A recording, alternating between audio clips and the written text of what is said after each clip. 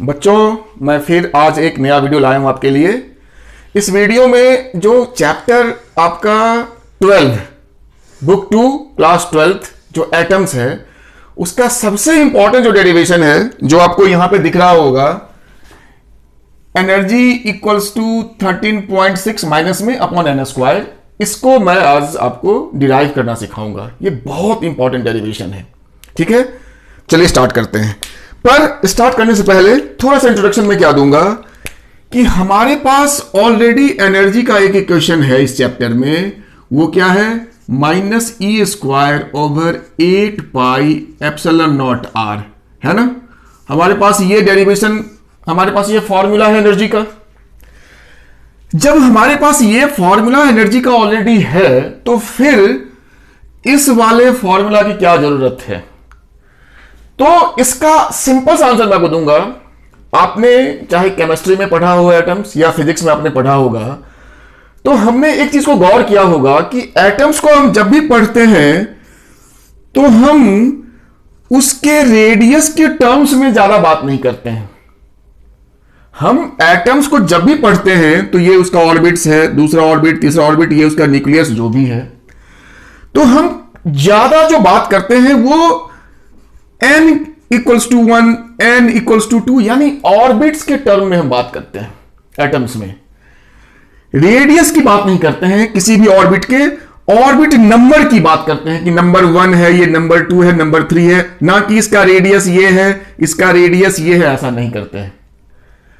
इस फॉर्मूला को आप गौर से देखिए, तो ये जो एनर्जी का फॉर्मूला है ये रेडियस के टर्म में है, आर के टर्म में है। तो ये इसकी बहुत बड़ी ड्रॉबैक है इस फॉर्मूला की। इस फॉर्मूला के थ्रू जब आपको एनर्जी निकालना होगा फर्स्ट ऑर्बिट का या सेकेंड ऑर्बिट का या थर्ड या किसी भी ऑर्बिट का, तो आपको रेडियस पता होना चाहिए उसके लिए, जो कि कम यूज होता है, इसकी जरूरत नहीं होती है।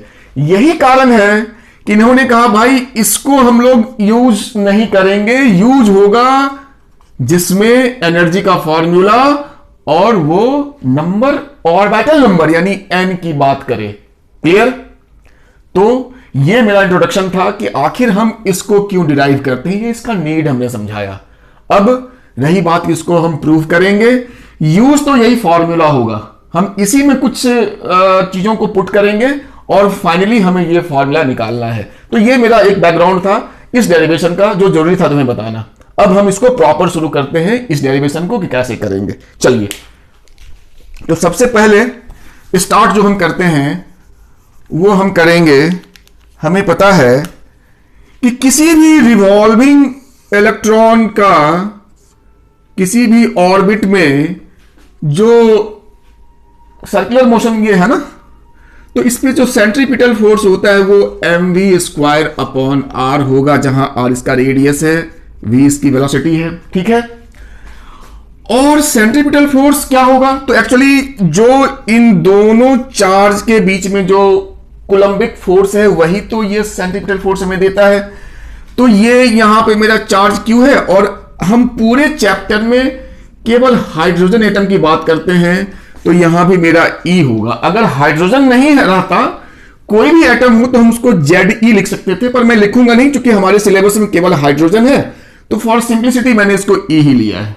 ठीक है, तो ये मेरा हो जाएगा E इंटू E यानी K, तो K को लिखेंगे 1/4 पाई एप्सिलॉन नॉट, Q1 तो E, Q2 तो ये, अपॉन R स्क्वायर, यानी जो mv स्क्वायर बाय r है वो मेरा हो गया इतना। ये बेसिक चीज था, यही से स्टार्ट होगा, this is your starting point.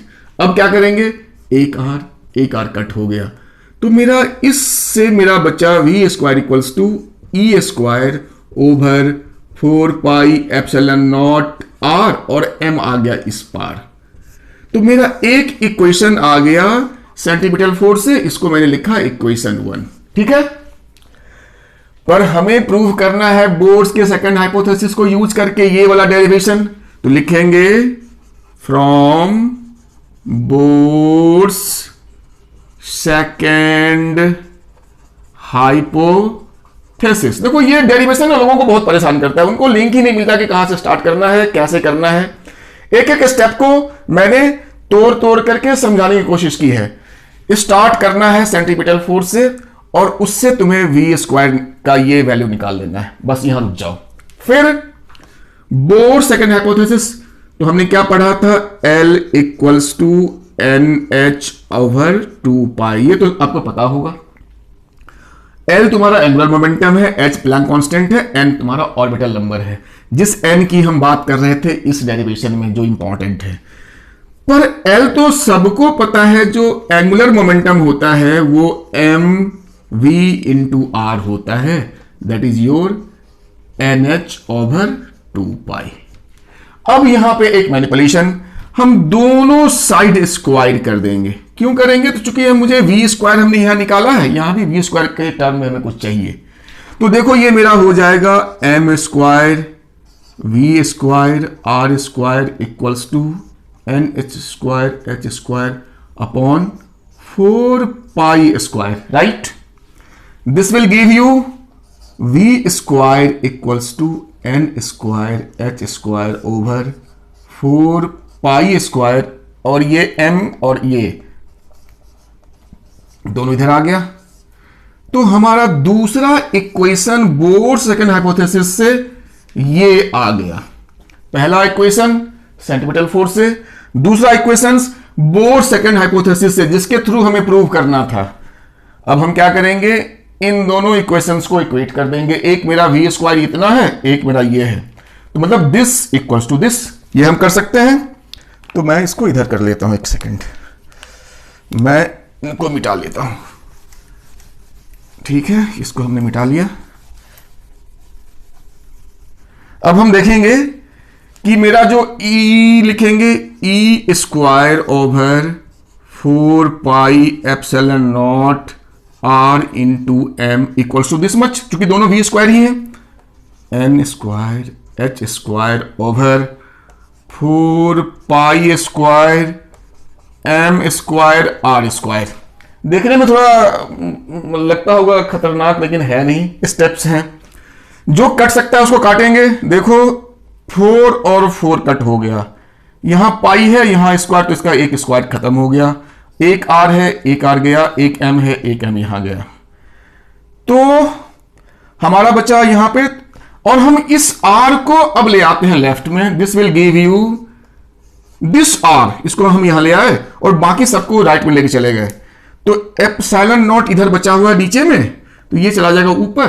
तो R equals to epsilon naught, बाकी N स्क्वायर तो था ही, H स्क्वायर तो था ही, अपॉन पाई M तो है, R तो लेके हम चले गए, तो पाई M तो है मेरे पास पहले से यहां, और E स्क्वायर आ गया उधर से, तो मेरा ये R आ गया। अब क्या, ये जो डेरिवेशन हम करने जा रहे हैं, एक्चुअली इसके अंदर एक और डेरिवेशन छुपा हुआ है, बोर्ड के लिए बहुत जरूरी है।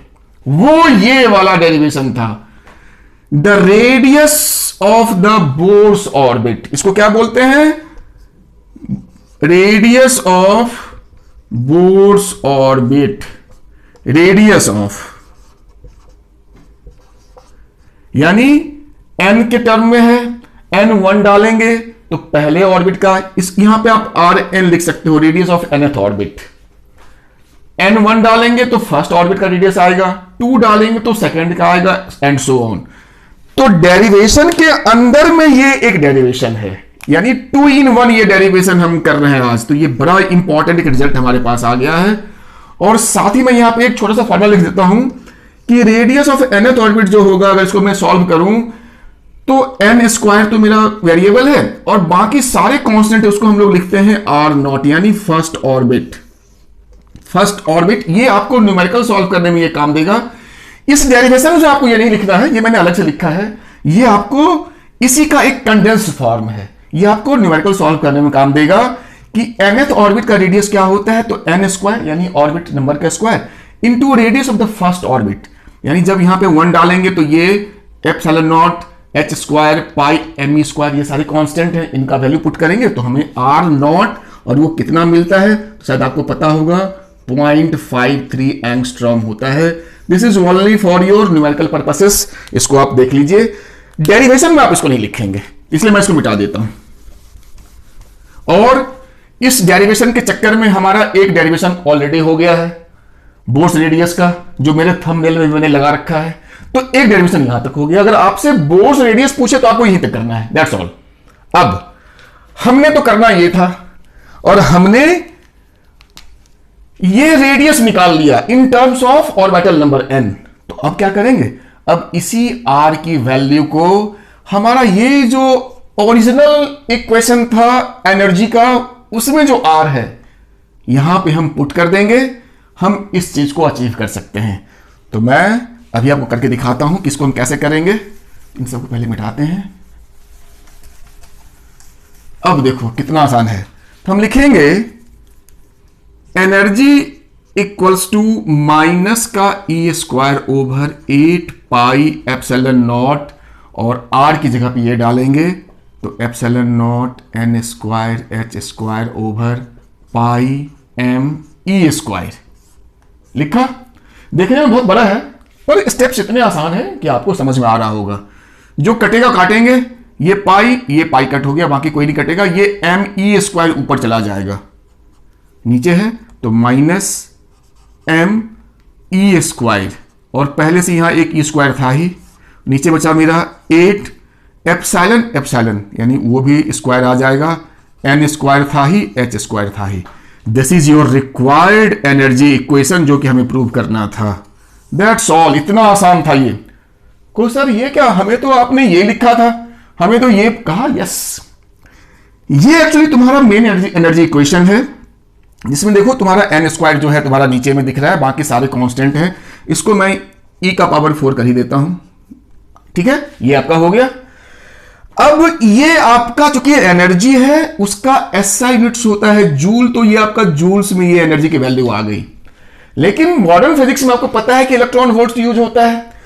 तो हम क्या करेंगे, ये जितने सारे कांस्टेंट हैं तो सीधा लिखते हैं, सॉल्व नहीं करते, सीधा एकदम ट्रिक है इसका कि ऑन सॉल्विंग, बस एक लाइन लिखना है आपको, बिल्कुल स्मार्ट बनना। ऑन सॉल्विंग क्या वी गेट, क्या गेट भाई, तो E इक्वल्स टू माइनस, सबको सॉल्व करेंगे, ये सारे कांस्टेंट हैं सिवा इस एन स्क्वायर के। ये तो तुम्हारा वेरिएबल है, कुछ भी 1 2 3 4 5 कुछ भी हो सकता है। बाकी देखो मास है, ये एनर्जी है, सॉरी चार्ज है, 8 है, एप्सिलॉन ये भी कांस्टेंट, ये प्लैंक कांस्टेंट।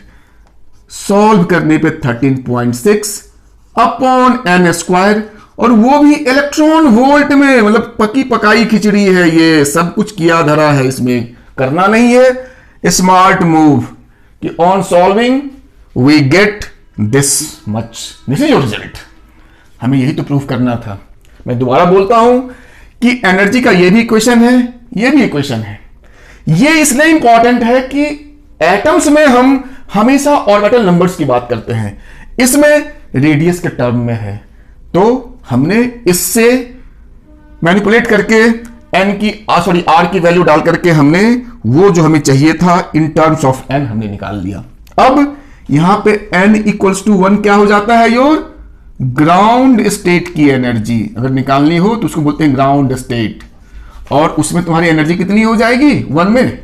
तो इस फॉर्मूला में n की जगह 1 पुट कीजिए, बड़ा ही आसान है। 13.6 इलेक्ट्रॉन वोल्ट हाइड्रोजन के लिए। इस पूरे चैप्टर में हाइड्रोजन की बात होती है। अगर n इक्वल्स टू 2 लिखेंगे तो क्या होता है, बहुत गौर से सुनना, यहां पे ही बड़ी गलतियां लोग करते हैं। n2 को लिखते हैं हम लोग फर्स्ट एक्साइटेड स्टेट। लोग फर्स्ट एक्साइटेड स्टेट में आंख मूंद करके n इक्वल्स टू 1 लिख देते हैं। कहीं भी क्वेश्चन में अगर लिखा रहता है कि find the energy in first excited state, बिना सोचे समझे n इक्वल्स टू 1 लिख देते हैं। मैं बार बार कहता हूं n इक्वल्स टू 1 को बोलते हैं ग्राउंड स्टेट, और n इक्वल्स टू 2 को first excited state, so on 3 second excited state, n equals to 4 third excited state, ये सिलसिला चलता रहेगा। सॉल्व करेंगे तो एनर्जी जो है यानी सेकेंड ऑर्बिट में, आप सॉल्व करके देख लेना, यहां पे 2 डालोगे n की जगह पे तो 4 हो जाएगा, डिवाइड करेंगे। मुझे वैल्यू याद है इसलिए मैंने सीधा लिख दिया 3.4 माइनस में 3 डालेंगे तो 9 से डिवाइड करेंगे, -1.51 शायद यही होता है। n की जगह पे 4 डालेंगे तो 16 से डिवाइड करना पड़ेगा, 0.85 electron volt and so on. ये सिलसिला चलता रहेगा। जब n इक्वल्स टू इन्फिनिटी डालेंगे तो किसी चीज को इन्फिनिटी से डिवाइड करने पे 0 हो जाता है, इसलिए इन्फिनिटी में एनर्जी 0 होती है। ये भी इसका आंसर है। लोग पूछते हैं सर इन्फिनिटी में एनर्जी 0 क्यों होती है? तो फ्रॉम दिस फॉर्मूला अगर n की जगह आप डालोगे इन्फिनिटी, उसका भी स्क्वायर, तो जब किसी भी चीज को इन्फिनिटी से डिवाइड करते हैं तो 0 आता है। The reason behind the energy in infinity वाले ऑर्बिटल नंबर में 0 होता है। आई होप आपको यह डेरिवेशन समझ में आया होगा बच्चों। इसको अच्छे से देखिए, बार बार देखिए, ठीक है।